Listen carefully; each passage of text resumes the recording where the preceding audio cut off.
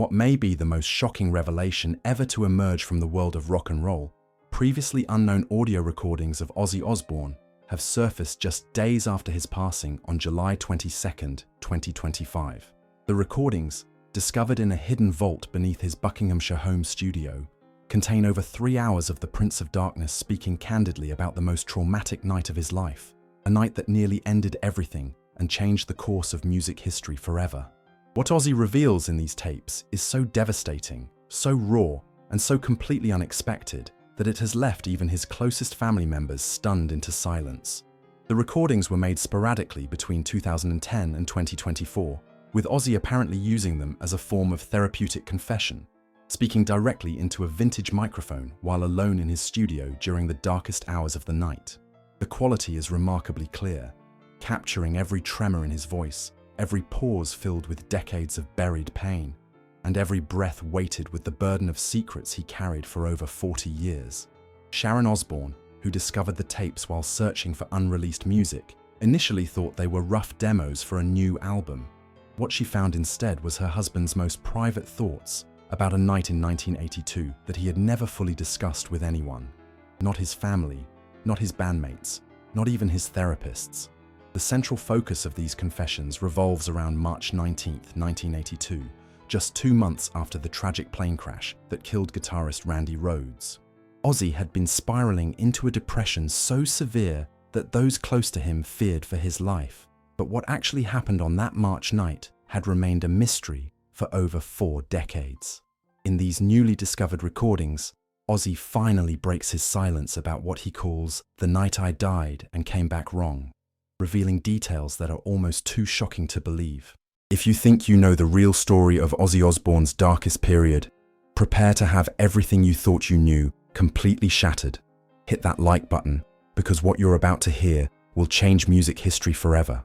The tapes begin with Ozzy's voice, noticeably different from his public persona, quieter, more vulnerable, stripped of all the theatrical bravado that made him famous. I've never told this story to anyone, not even Sharon. Hell, I've spent 40 years trying to convince myself it didn't happen. But Randy's been visiting me in my dreams again, and I know it's time to tell the truth. The truth about the night I tried to make a deal with the devil, and the devil said no.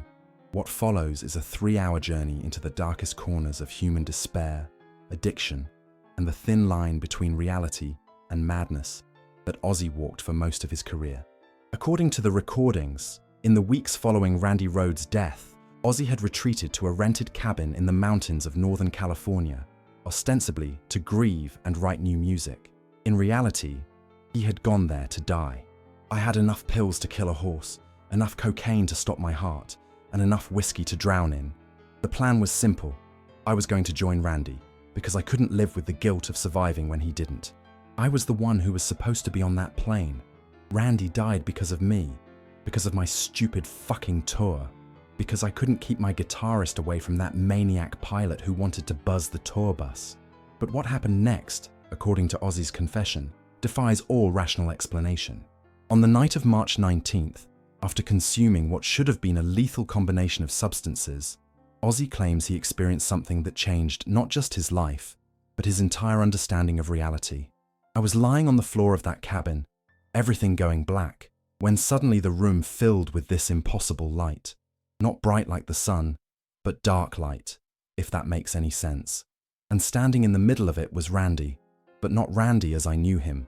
He looked ancient, wise, and absolutely furious with me. The recordings capture Ozzy's voice breaking as he describes this alleged encounter with his deceased guitarist. Randy told me I was being selfish, that I was throwing away a gift that belonged to more people than just me. He said the music we were meant to create together wasn't finished, and that even though he was gone, I still had to do my part. But here's the thing that's haunted me for 40 years. Randy wasn't alone. There were others with him, musicians I recognized but had never met. Jimi Hendrix was there, Jim Morrison, Janis Joplin, and dozens of others I couldn't identify. They were all looking at me with this mixture of disappointment and expectation. What Ozzy describes next sounds like something from a supernatural thriller, but his voice carries such conviction, such raw emotion, that it's impossible to dismiss as mere hallucination. Randy reached out his hand to me, and I thought he was inviting me to join them. I tried to take it, wanted nothing more than to follow him wherever he was going. But the moment our fingers touched, I felt this incredible jolt of energy, like being struck by lightning made of pure music. Suddenly, I could hear every song I was meant to write, every performance I was meant to give, every life I was meant to touch through my music. It was overwhelming, decades of music flooding my brain all at once. The recordings reveal that this experience, whether real or hallucinatory, convinced Ozzy that he had a responsibility to continue living and creating music. Randy made me understand that dying wasn't going to honor his memory. Living was. He showed me glimpses of the future, of kids who would find hope in songs I hadn't written yet, of people who would overcome addiction because they heard their struggles reflected in my music. He made me see that my darkness, my pain, my mistakes, they weren't just mine to carry. They were meant to be shared, to help other people feel less alone in their own darkness. But the most shocking revelation comes when Ozzy describes what Randy allegedly told him about the true nature of his role in music history. Randy said that some people are chosen to be vessels for something bigger than themselves, that certain musicians are born to channel pain and transform it into something beautiful. He told me that my addiction, my mental illness, my wild behavior, none of it was accidental. It was all part of a larger design, a way to reach people who couldn't be reached by conventional means. The kids who felt like outsiders, who were struggling with their own demons, who needed to hear that it was possible to survive the darkness. The recordings also contain Ozzy's confession about how this experience affected his subsequent behavior and music. After that night, everything changed. I stopped trying to kill myself, but I also stopped trying to be normal. I realized that my job wasn't to be a good person by society's standards. My job was to be honest about the darkness while always offering a glimpse of light. Every album I made after 1982 had this dual purpose: acknowledge the pain, but never give up hope. Even my wildest, most destructive behavior had this underlying purpose: to show people that you could go to the absolute edge and still come back. One of the most emotionally devastating parts of the recordings deals with Ozzy's guilt over surviving when so many of his peers didn't. I've spent 40 years wondering why I got to live when so many others had to die. The guilt has been eating me alive.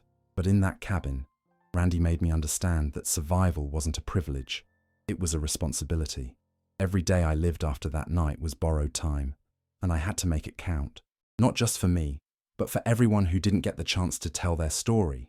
The tapes reveal that Ozzy's famous unpredictability and seeming invincibility were actually carefully calibrated performances designed to embody hope for his fans.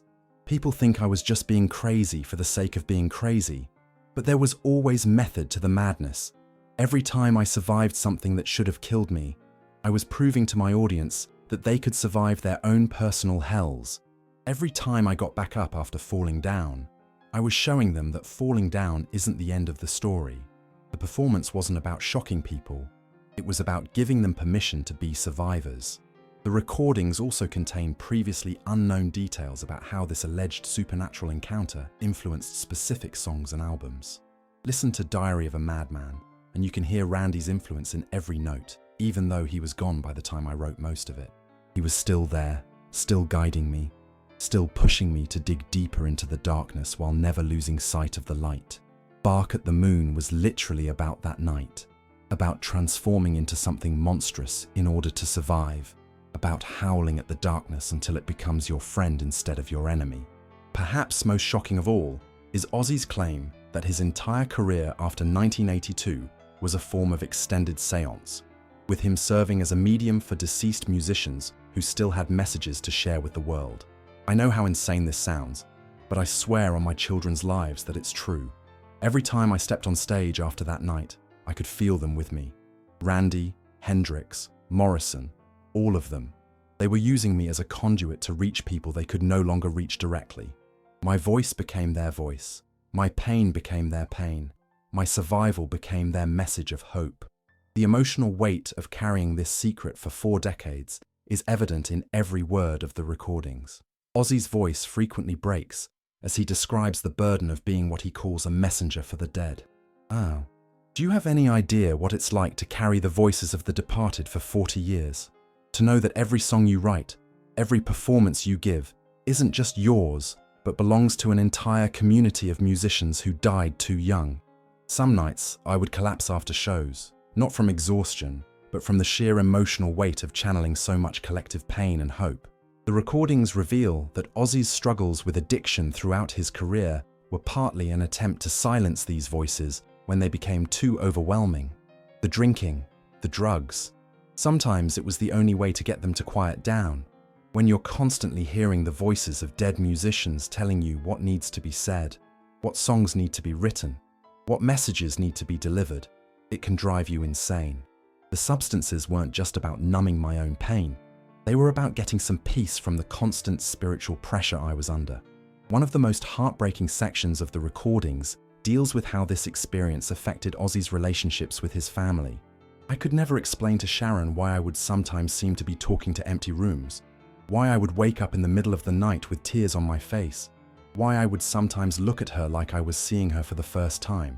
How do you tell the woman you love that you're essentially married to an entire congregation of dead rock stars?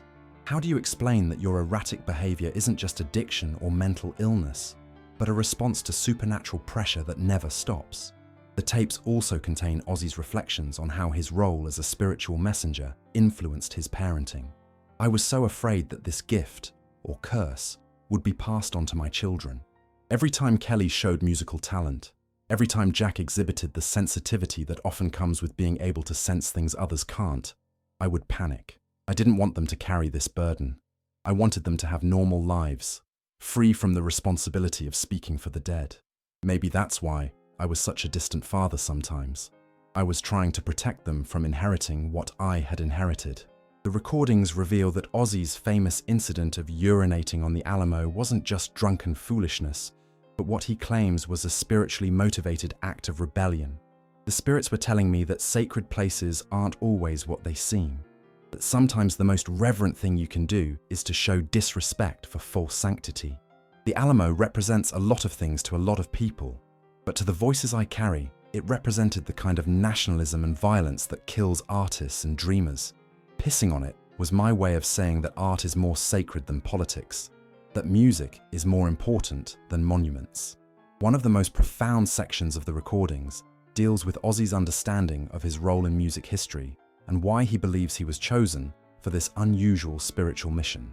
I think Randy and the others chose me not because I was the most talented musician, but because I was the most broken. They needed someone who had already been to hell and back, someone who wouldn't be destroyed by carrying their pain along with his own. They needed someone who could take the worst human experiences and transform them into something that could help others survive their own worst experiences. The tapes also reveal Ozzy's deep philosophical reflections on the nature of music and its power to connect the living and the dead. Music is the only language that transcends death. When I sing Randy's guitar parts, when I channel Hendrix's blues, when I echo Morrison's poetry, I'm proving that death doesn't have the final word. Art is immortal in a way that flesh isn't. The spirits knew this, and they chose me to be a bridge between their eternal creativity and the temporary world of the living. As the recordings progress, it becomes clear that Ozzy's famous unpredictability was often him responding to spiritual guidance that others couldn't hear. People thought I was crazy when I would suddenly change the set list in the middle of a show, or when I would go off on seemingly random tangents during interviews. But I was responding to directions from the other side. Randy would tell me that a particular song needed to be played for someone in the audience who desperately needed to hear it. Morrison would push me to say something controversial because it needed to be said, even if it got me in trouble. The emotional climax of the recordings comes when Ozzy describes his final conversation with Randy's spirit, which allegedly took place just weeks before his own death. Randy came to me one last time, just before I got too sick to perform.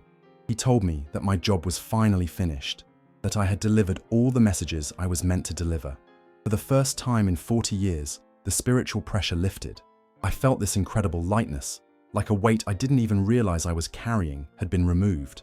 Randy smiled at me, the first time I had seen him truly happy since that night in 1982, and said I could finally rest. The recordings conclude with Ozzy's reflection on what he hopes his legacy will be. knowing that these tapes would eventually be discovered after his death. I hope people understand that everything I did, everything I survived, everything I created, was in service to something bigger than myself. I wasn't just Ozzy Osbourne, the wild man of rock. I was a conduit, a messenger, a bridge between worlds. If my music helped even one person survive their darkest night, if my survival gave even one person hope that they could survive their own demons, then every moment of pain, every moment of madness, every moment of carrying voices that weren't my own was worth it. The discovery of these recordings has sent shockwaves through the music world, with critics, fans, and fellow musicians struggling to process the implications of Ozzy's revelations. Some dismiss the claims as the delusions of a man struggling with mental illness and decades of substance abuse. Others point to the consistency of his story, the emotional authenticity of his delivery, and the way these alleged spiritual experiences explain many of the inexplicable aspects of his career and behavior. Dr. Michael Harrison, a psychiatrist who specializes in treating musicians, offers a nuanced perspective. Whether you believe in the literal truth of Ozzy's spiritual experiences or view them as elaborate psychological coping mechanisms, there's no denying their profound impact on his life and art. The recordings reveal a man who found meaning in suffering and used that meaning to create music that resonated with millions of people. From a therapeutic standpoint, these confessions represent one of the most detailed accounts of how trauma can be transformed into healing through creative expression. Music historians are already debating how these revelations might change the interpretation of Ozzy's entire catalogue.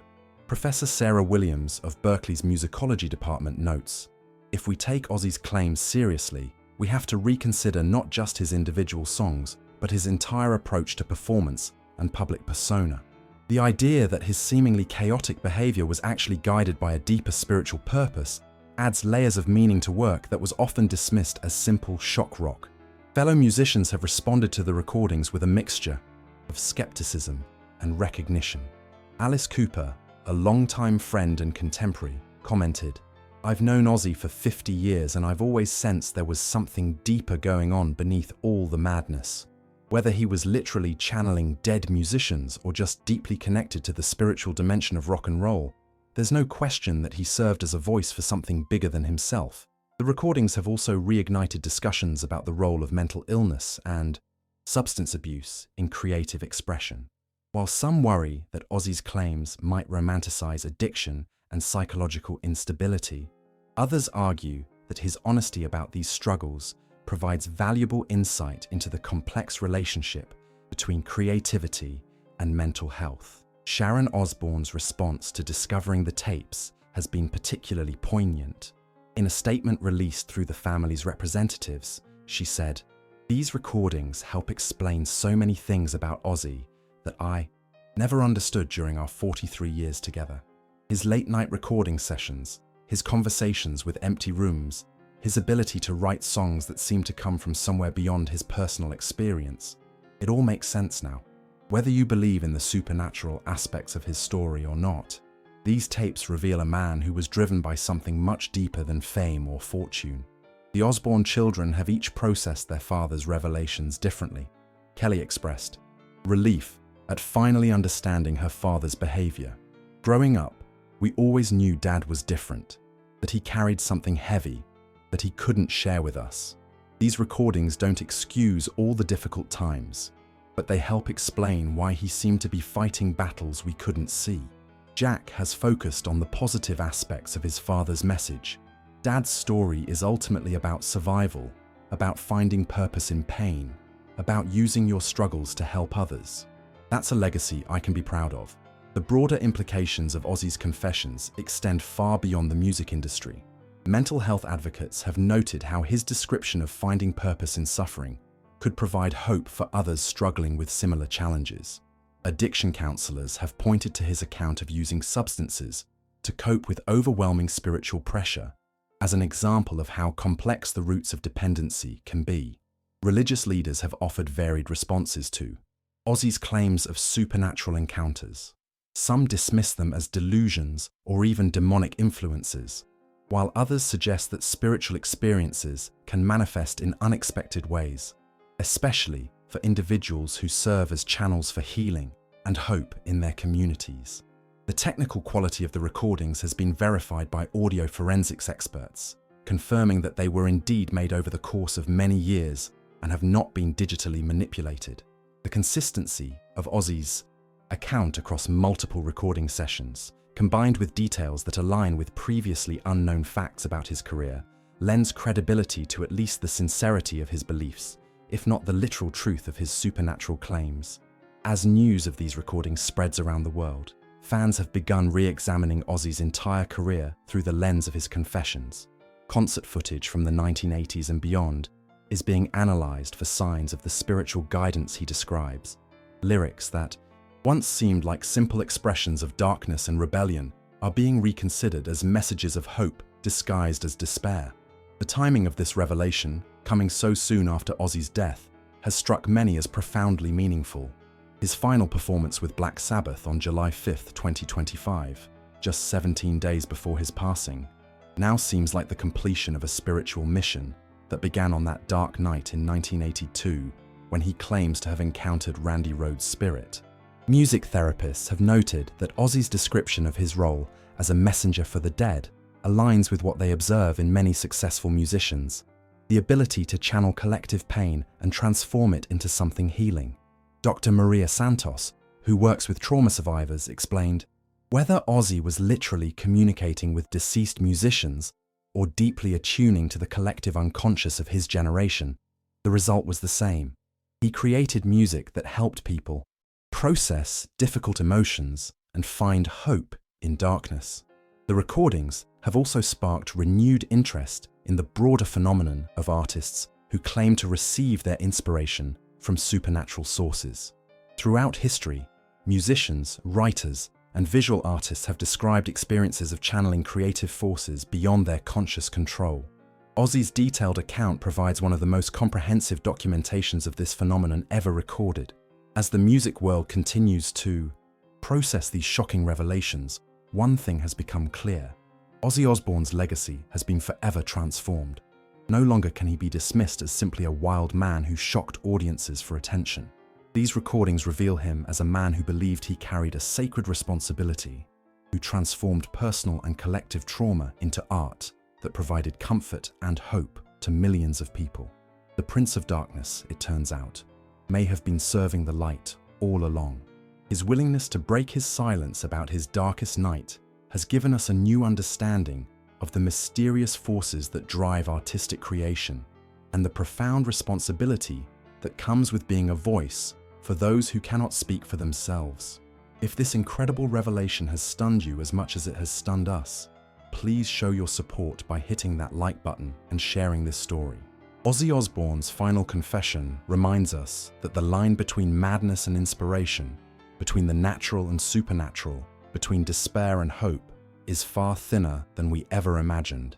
In breaking his silence about his darkest night, he has illuminated not just his own path, but the mysterious ways that art can serve as a bridge between worlds, offering healing to the living through the voices of the dead.